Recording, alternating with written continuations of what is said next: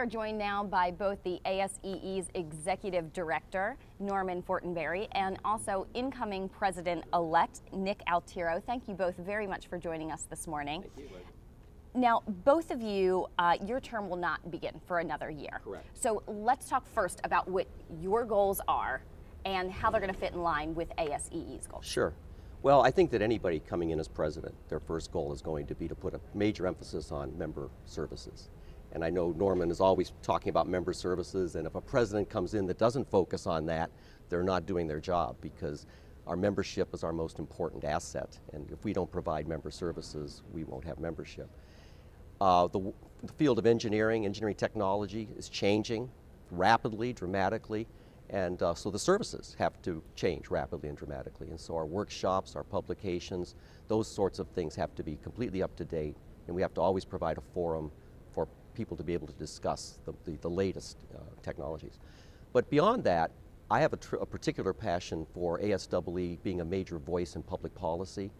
I know Don Giddens, who was the president a few years ago, always used to say that we want people to say, when a big public policy decision comes up involving engineering technology, innovation, for the first question they ask to be, what does ASEE think? And I think that's really important, that ASEE, if someone asks that question, that we be prepared to answer it quickly, effectively, and reflect how our membership feels about these particular issues. So a big emphasis that I will put on in my year as president will be in ASEE becoming more visible than it is in terms of public policy and advising, both with respect to STEM education as well as research, innovation, competitiveness, those kinds of things. And Norman, how closely do you work with the presidents? I work very closely. As in almost any nonprofit, the board and the president set policy, and my job as executive director is to implement that policy operationally. We have at least, ideally monthly, but minimally quarterly phone calls and meetings, physical meeting every quarter. So I work very closely with the presidents and make sure that the organization, the staff, is implementing their guidance and policy. I wanted to step back a little bit and address some of what Nick was talking about with regard to public policy. ASEE has, as he mentioned, really been trying to respond more visibly in the public policy arena. We were very fortunate in the spring of 2012, around February, to have an event at the White House where President Obama showed up and met with the engineering deans and charged them to help him to attain his goal of 10,000 engineers graduating.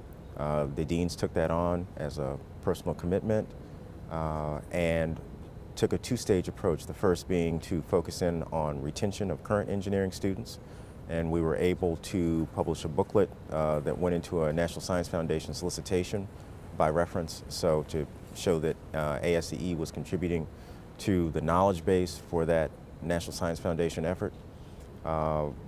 Also working on, once we get more firmly established in recruitment, in retention, doing some things in recruitment. That means reaching out to K-12. And so therefore, we were very concerned, ASEE as an organization was very concerned about the next generation science standards, which are being implemented nationally. This year, for the first time, they include engineering along with mathematics and science. The engineering community was very concerned about how engineering was being portrayed within those standards, and so there was a lot of comment, and ASEE made comment officially through our board and through the president on that, and we were very pleased to see that in the last iteration, those standards now have what we believe to be a better reflection of how engineers view themselves.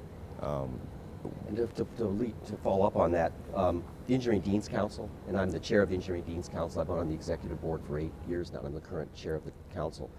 Engineering Deans Council has developed a very effective way to impact public policy. Every year we have a public policy colloquium. We go to Washington. We get together. We discuss our common beliefs and our common interests. We go to the Hill.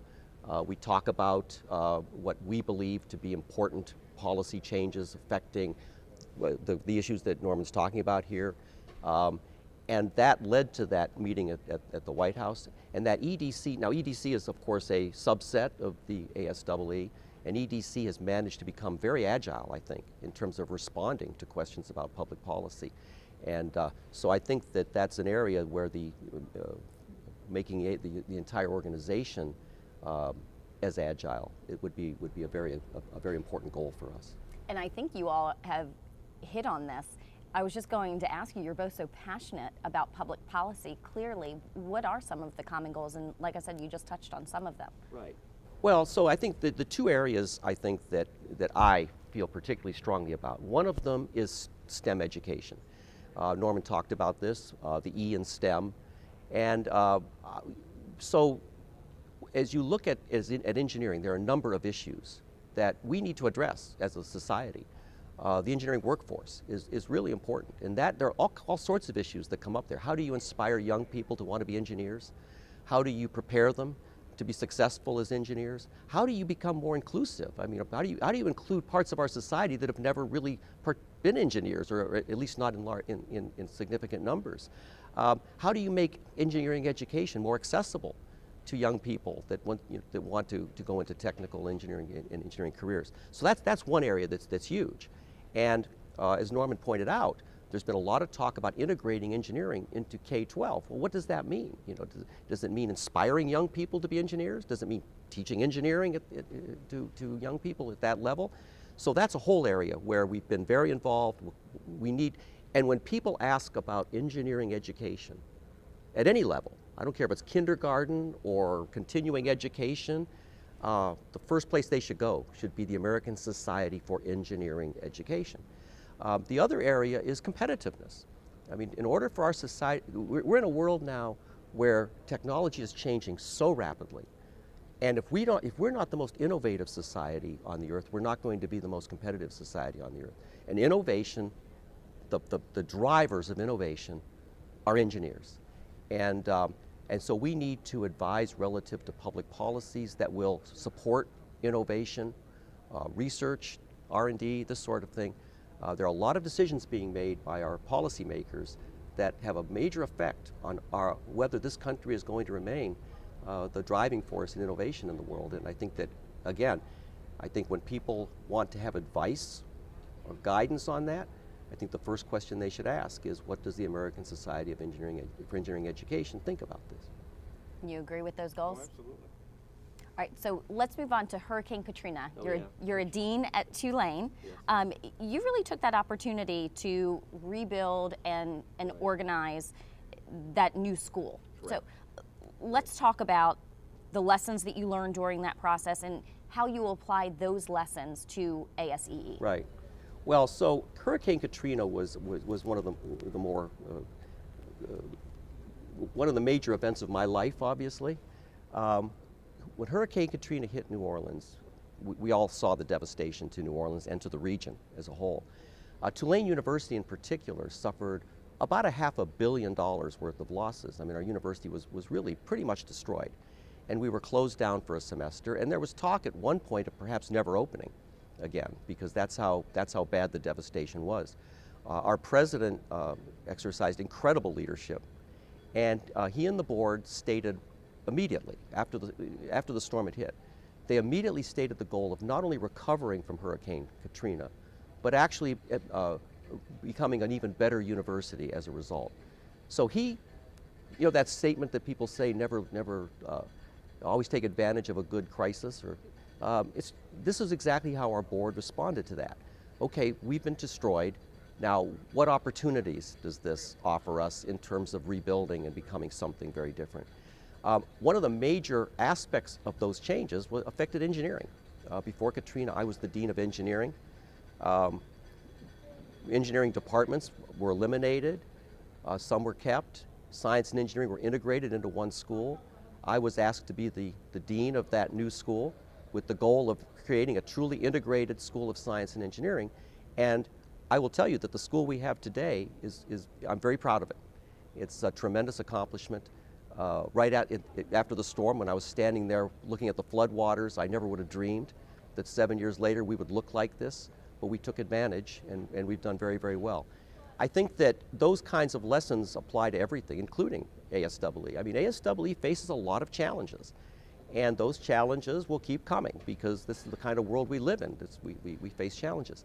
And I think that what I learned was that when you have a tremendous challenge, spend as little time as possible bemoaning the challenge and immediately look at, okay, what can we do now to make ourselves even better because of this challenge? It's just a better way to live.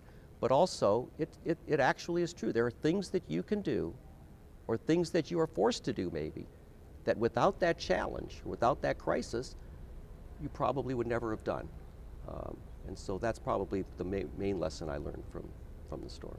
Good advice. All right, so finishing up, tell us from both of you, what advice do you have for young or mid-career minded folks who would like to get a leadership role within ASEE? Well, I'll sort of defer to Norman on this, but just my comment on it would be get involved at the division level, get involved at the in terms of the sector, the regional conferences, that sort of thing, and assume leadership positions at that level, and then begin to work your way up to the organization. And I'll just... No, I absolutely agree with that. ASEE is really organized two ways, by interest area, which are codified within divisions, and geographically, which are the sections.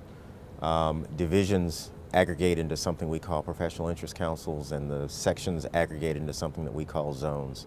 But to move up within those levels of leadership, you really need to be active at the most local level, either the division for your particular interest area, which could be either disciplinary or thematic. So thematic would be minorities in engineering, for example. Disciplinary would be mechanical engineering.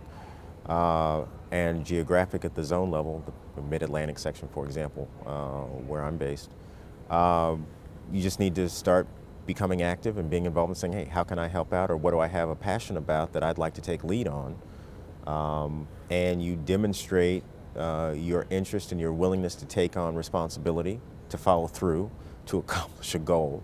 And as your peers gain greater appreciation for your talents and trust in your abilities, they will recognize that by electing you to office at those various and sundry levels. And that experience base then makes you eligible to assume further office at higher levels within the organization. It's really very comparable to almost any other organization. You've got to be involved if you're going to move up. All right.